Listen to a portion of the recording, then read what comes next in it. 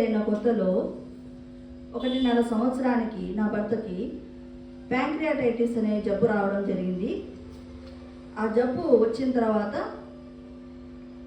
చాలా స్ట్రగుల్ అనుభవించాం. నేను నా భర్త సంవత్సరము పైగా మేము హాస్పిటల్లో ఉండి ఎన్నో కష్టాలు అనుభవించడం జరిగింది. అయితే హాస్పిటల్లో ఉన్నప్పుడు నా భర్త ఒక చిన్న ప్రార్థన చేసుకున్నాడట. ప్రభువా, నేను బాగయ్యి ఇంటికి వస్తే గన ఆదోని పట్టణం అంతా కరపత్రికలు పంచుతానని దేవుని ఎదుట మొక్కుకున్నాడు. ఆ విధంగానే నా భర్త స్వస్థపరచబడిన తర్వాత నేను నా భర్త ఇద్దరము కూడా బైక్లో ప్రతి ఆదివారం సాయంత్రము కరపత్రికలను తీసుకుని పంచుతుండేవాళ్ళం.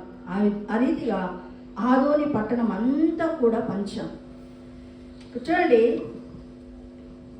ఈ సందర్భంలో నాకు ఒక చిన్న స్టోరీ జ్ఞాపకం వస్తుంది, ఒక ఉపమానం జ్ఞాపకం వస్తుంది. జేమ్స్ అనే పాస్టర్ ఉన్నాడు, వాళ్ళ కుమారుడు స్టాన్లీ.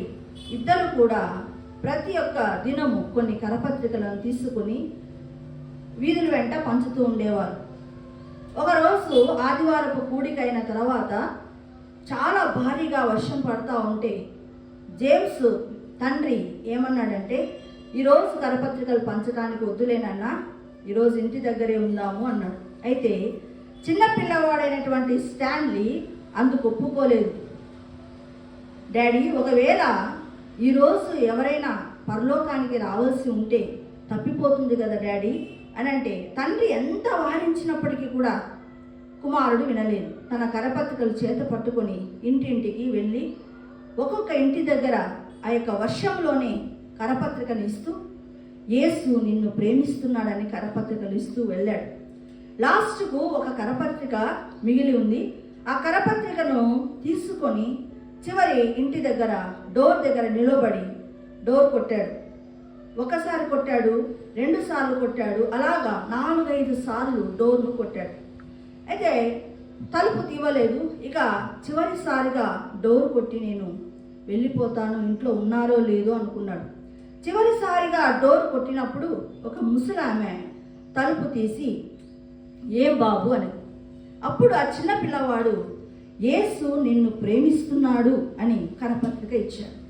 ఆమె వెంటనే ఆ కరపత్రికను తీసుకొని తలుపు వేసుకొని లోపల కూర్చొని ఆ కరపత్రికను చదివి ఆమె ఎంతగానో ఏడ్చింది.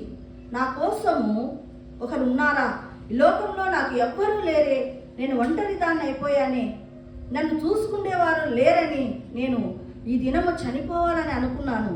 అయితే నన్ను గురించి ఆలోచన చేసేటటువంటి ఒక వ్యక్తి ఉన్నాడు అని తెలిసి తాను చాలా సంతోషించింది.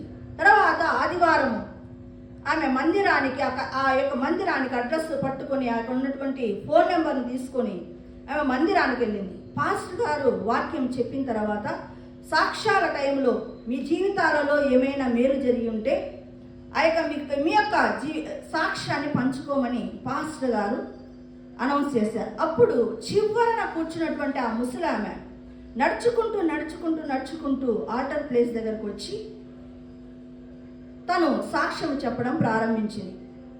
నిన్నటి దినము నేను చనిపోవలసిన దాన్ని, మీ మధ్యలో నిలబడి ఉండేదాన్ని కాదు.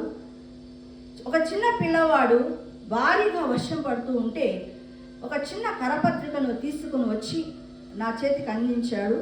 అందిస్తూ యేసు నిన్ను ప్రేమిస్తున్నాడు అనే మాట చెప్పడం జరిగింది. ఆ మాట నా హృదయానికి ఎంతగానో తాకింది.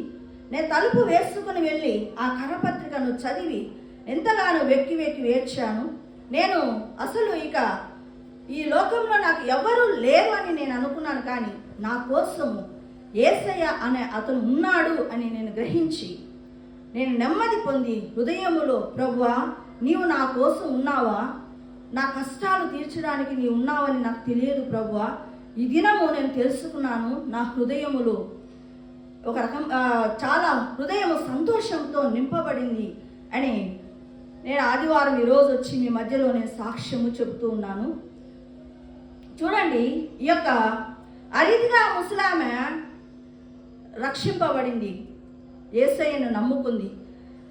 అయితే ఈ దినం నీవు ఆలోచన చెయ్యి. నువ్వు కష్టంలో ఉన్నావేమో, బాధలో ఉన్నావేమో, నాకెవరు తోడు లేరని అనుకుంటున్నావేమో. యేసు నిన్ను ప్రేమిస్తూ ఉన్నాడు. నీకు సమస్తమును తీర్చగలిగినటువంటి యేసయ్య నీకు తోడుగా ఉండబోతున్నాడు. కాబట్టి నీకున్నటువంటి సమస్యలన్నిటి విషయంలో నీవన్నిటిని ప్రక్కన పెట్టి యేసయ్యను హత్తుకో, నీకు విజయము గ్యారెంటీ.